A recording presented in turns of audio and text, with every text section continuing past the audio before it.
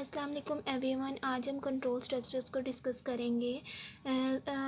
ये control structure की definition है, a statement use to control the flow of execution in the program. वो statement जो हमारे प्रोग्राम में फ़्लो ऑफ एग्जीक्यूशन को कंट्रोल करती हैं वो हमारी होता है, हम उसे कहते हैं कंट्रोल स्ट्रक्चर्स। अब हमारी 3 टाइप की कंट्रोल स्ट्रक्चर है: sequence structure, selection structure and repetition structure. जो हमने पहले डेफिनेशन में बात की है कि statement use to control the flow of execution in the program, it means कि ये हमारा कंट्रोल स्ट्रक्चर जो होता है ये हमें बताता है कि हमारे प्रोग्राम के स्टेटमेंट का जो फ्लो ऑफ एग्जीक्यूशन है किस तरीके से होगा। वो सीक्वेंस तरीके से एग्जीक्यूट होगा हमारा प्रोग्राम, सिलेक्शन स्ट्रक्चर्स के थ्रू होगा या रिपीटेशंस के थ्रू होगा, क्योंकि हमारी स्टेटमेंट्स जो हैं किस स्ट्रक्चर के थ्रू हमारी एग्जीक्यूट होंगी, हमारा फ़्लो ऑफ एग्जीक्यूशन हमारा किस कंट्रोल स्ट्रक्चर के थ्रू होगा। वो होगा हमारा या तो होगा सीक्वेंस स्ट्रक्चर के थ्रू हमारी स्टेटमेंट फ़्लो करेंगे, या सिलेक्शन के या रिपीटेशन के। सीक्वेंस में हमारी स्टेटमेंट किस तरह से एग्जीक्यूट होंगी कि हमारी स्टेटमेंट जो है वन बाय वन एग्जीक्यूट होंगे। सिलेक्शन में हमारी सिलेक्शन स्ट्रक्चर में हमारी जो स्टेटमेंट है वो सिलेक्शन के बेसिस पे एग्जीक्यूट होंगी। सिलेक्शन किस कौन करेगा? कंडीशन की बेसिस पे। कंडीशन जो है हमारी सिलेक्ट करेगी कि अगर हमारी कंडीशन ट्रू होगी तो हमारी फर्स्ट स्टेटमेंट एग्जीक्यूट होगी, और अगर हमारी कंडीशन फॉल्स होगी तो हमारी सेकंड स्टेटमेंट एग्जीक्यूट होगी।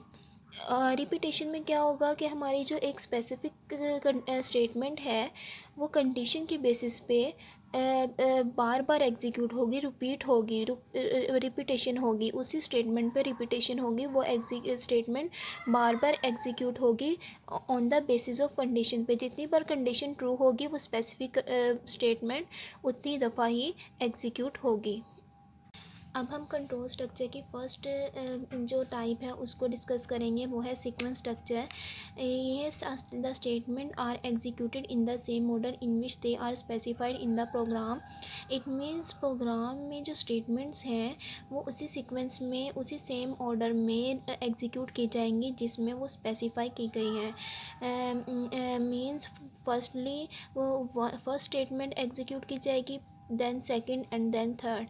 ऐसा नहीं होगा कि हम किसी स्टेटमेंट को स्किप कर सकें। फॉर एग्जांपल जैसे हमने वन स्टेटमेंट एग्जीक्यूट कर दी है, सेकंड को हम स्किप करके थर्ड पे जंप कर देंगे। ऐसा नहीं होगा। हम इसमें ना तो स्टेटमेंट को स्किप कर सकते हैं और ना ही वन स्टेटमेंट एग्जीक्यूट होगी more than one time. Okay, इस statement executed by once time. और एक हर स्टेटमेंट जो होगी एक दफ़ा एग्जीक्यूट होगी, कोई स्टेटमेंट इसमें स्किप नहीं होंगी।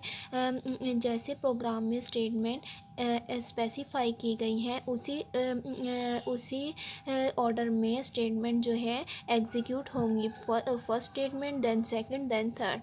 फॉर एग्ज़ाम्पल आपको मैं एक एग्ज़ाम्पल देती हूँ कि 2 नंबर्स जो हैं प्रोग्राम में इनपुट करने हैं 2 number and then display average on the screen. Input करने हैं, पहले हमने फर्स्ट टास्क किया है 2 नंबर्स को इनपुट करना है। इनपुट करना है, input 2 numbers and then display करना है, एवरेज को हमने स्क्रीन पे डिस्प्ले करना है। फर्स्ट स्टेटमेंट हमारी ये है, फर्स्ट टास्क ये है एंड सेकंड ये है। तो हम क्या करेंगे, प्रोग्राम में 2 स्टेटमेंट यूज़ करेंगे 2 नंबर्स को इनपुट करने के लिए। वन स्टेटमेंट जो होगी कैलकुलेट करेगी एवरेज। फर्स्ट स्टेटमेंट हमारी कैलकुलेट करेगी एवरेज को, एंड सेकंड स्टेटमेंट जो है हमारी डिस्प्ले करेगी एवरेज नंबर को। डिस्प्ले ऐड करना है एवरेज नंबर को स्क्रीन पे। ओके, फर्स्ट स्टेटमेंट हमारी किस लिए यूज़ होगी कि एवरेज को हम कैलकुलेट करेंगे, और सेकंड हमारी स्टेटमेंट यूज़ होंगी कि हमने डिस्प्ले करना है एवरेज को। अब हमने क्या करना है कि हम ऐसा नहीं कर सकते कि हम फर्स्ट स्टेटमेंट को जिसने कैलकुलेट एवरेज करना है उसको स्किप करके डायरेक्ट हम सेकंड स्टेटमेंट एग्जीक्यूट कर दें। नो, फर्स्ट हम पहले कैलकुलेट करेंगे एवरेज को, फर्स्ट स्टेटमेंट हमारी एग्जीक्यूट होगी, देन सेकंड स्टेटमेंट एग्जीक्यूट होगी कि वह एवरेज को डिस्प्ले करे स्क्रीन पे। और ऐसे भी नहीं हो सकता है कि हम बार बार एवरेज को कैलकुलेट करें, इस तरह से हमारा रिज़ल्ट शो नहीं होगा ठीक तरह से स्क्रीन पे। हमने हर स्टेटमेंट को वन टाइम एग्जीक्यूट करना है और नो स्किप। हम कोई स्टेटमेंट जो है अपनी स्किप नहीं कर सकते, और स्टेटमेंट जो होगी एक दफ़ा चलेगी और जिस ऑर्डर में प्रोग्राम में स्पेसिफाइड की गई है स्टेटमेंट हमारी, उसी ऑर्डर में हमारी प्रोग्राम की स्टेटमेंट एग्जीक्यूट होगी।